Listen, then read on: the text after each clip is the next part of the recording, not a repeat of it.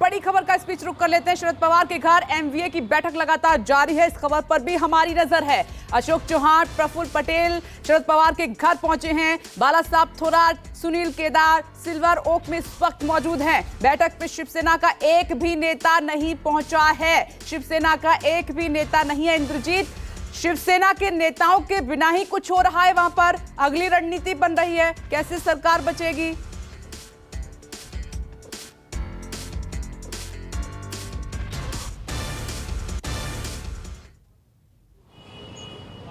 और इतने बड़े मास्टर हैं, उनको राजनीति का चाणक्य कहा जाता है। यही कारण है कि जब विशेष अधिवेशन बुलाने की बात आई और तभी एनसीपी और कांग्रेस कोटे के जितने भी मिनिस्टर हैं, जो सीनियर मिनिस्टर हैं, वो यहाँ पर आए हुए हैं और लगातार उनसे एडवाइस ले रहे हैं कि आगे का रुख क्या होगा। लेकिन सबसे बड़ा सवाल ये है कि शिवसेना कोटे का कोई भी मंत्री या नेता यहाँ पर नहीं आया है।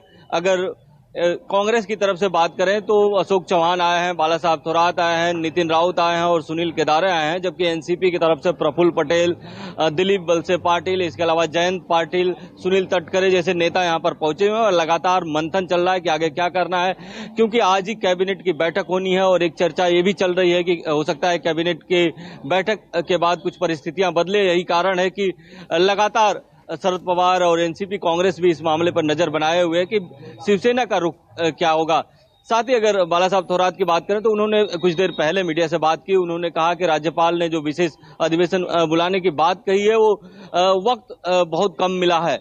दूसरी तरफ अगर शिवसेना की बात करें तो शिवसेना जो तैयारी कर रही है सुप्रीम कोर्ट जाने की, तो सुप्रीम कोर्ट शिवसेना जा रही है कि इस मामले में कुछ वक्त मिले। लेकिन अगर सुप्रीम कोर्ट से वक्त नहीं मिलता है तो शिवसेना दूसरा भी रास्ता अख्तियार कर सकती है। कैबिनेट की बैठक में आज सबसे महत्वपूर्ण ये मुद्दा होगा कि औरंगाबाद का नाम जो है संभाजी नगर करने की बात चल रही है और इसको लेकर कांग्रेस पहले विरोध करती रही है और आज अचानक ये मुद्दा शिवसेना की तरफ से आ रहा है। तो कहीं न कहीं इसको लेकर भी डिफरेंसेस होंगे और ये जो मामला कितना आगे तक जाता है ये देखना होगा।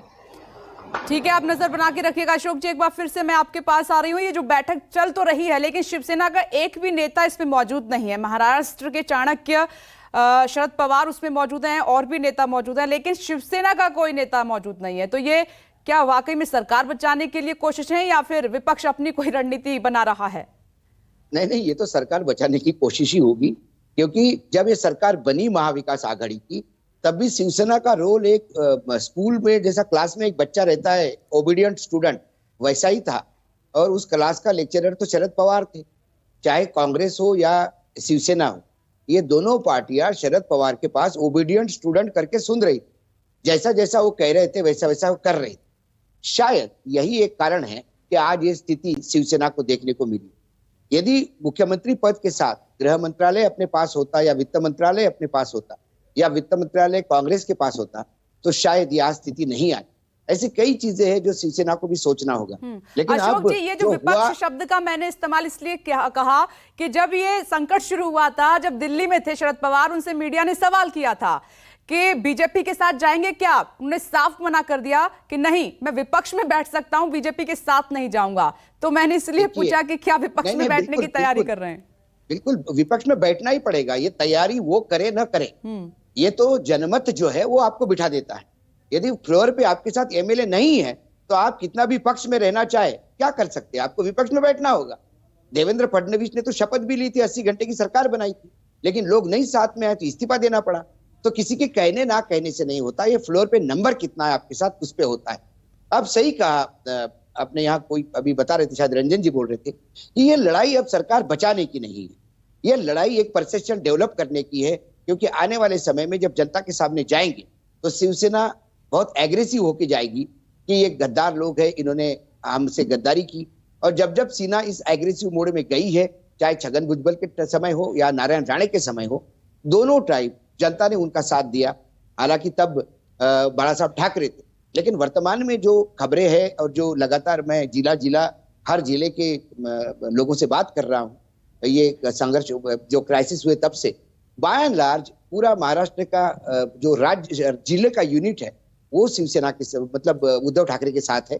और ठाणे और पालघर ये 2 जिले हैं जहां तकलीफ है शिवसेना को, लेकिन वहां नया शुरू करना पड़ेगा उनको। उन्होंने कहा ही था कि दादर के अपने जो भवन है शिवसेना भवन, वहां जब उद्धव जी ने बोला था, तब उन्होंने कहा कि अभी जैसा बाला साहब ठाकरे ने नारियल तोड़ के शिवसेना शुरू की थी शुरुआत, वो शुरुआत शायद कई जगह हमको फिर से करनी होगी, तो तैयारी में वो भी है।